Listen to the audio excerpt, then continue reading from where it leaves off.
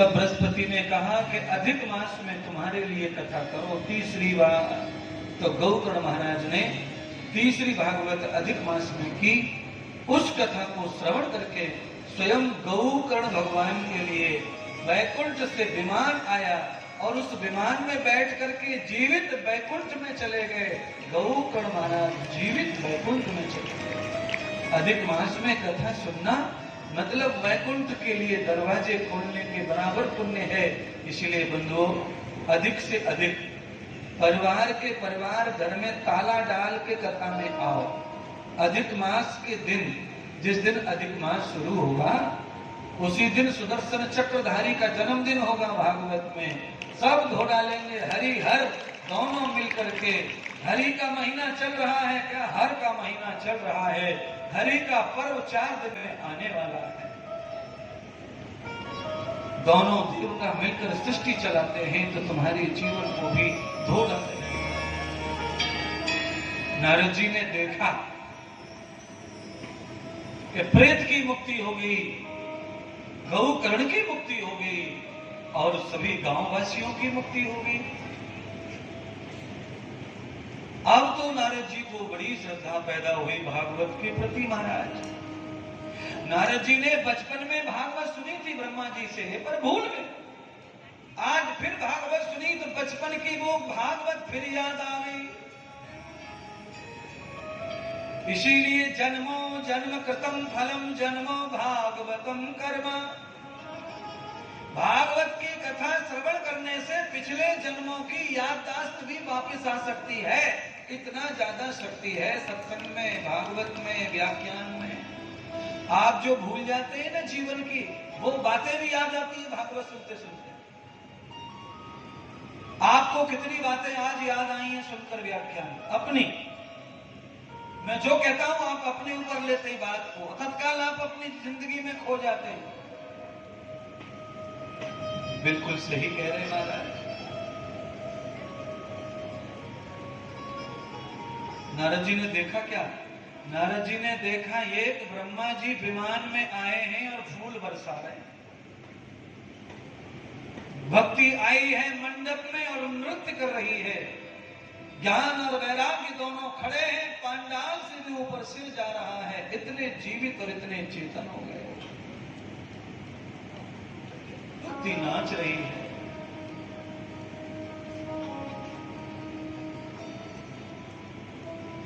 जैसे ही भक्ति नाचने लगी मुक्ति आ गई।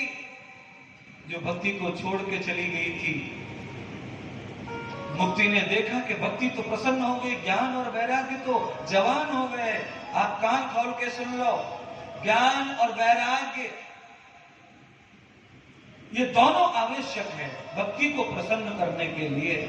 ज्ञान मर जाएगा, वैराग्य मर जाएगा, विवेक मर जाएगा तो भक्ति कभी प्रसन्न होने वाली नहीं है।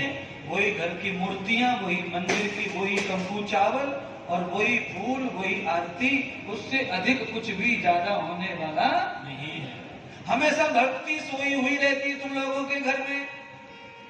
मंदिर की वही चावल वाली कटोरी, वही कंकु वाली कटोरी 15 साल पहले खरीदी थी मेले से, उसी में से रोज चढ़ रहा है वही पुराना, वही पुराना, वही धुराना।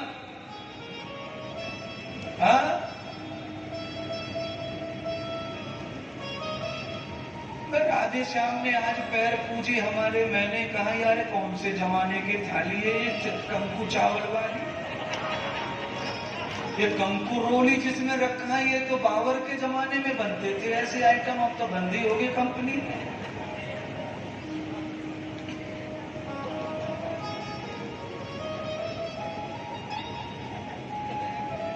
भक्ति प्रसन्न नहीं होती, मैं ये कहना चाहता हूं।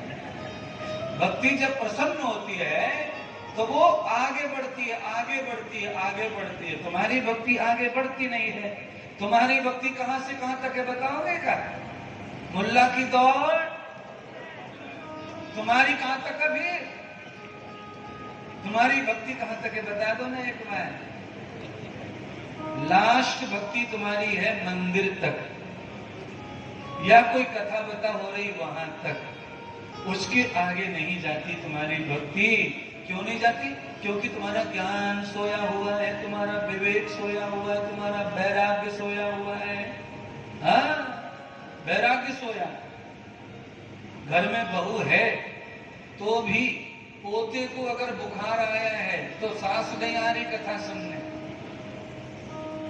हेलो हेलो, ए गुड्डी, अरे कथा चल रही है, इंद्रदेव महाराज आए और टीवी वालों बाबा चलने में बड़ा मन कर रहा जाने को, पर क्या करे, पोते को बुखार चढ़े आया, तू MBBS डॉक्टर बनी बैठी है बुड्ढी।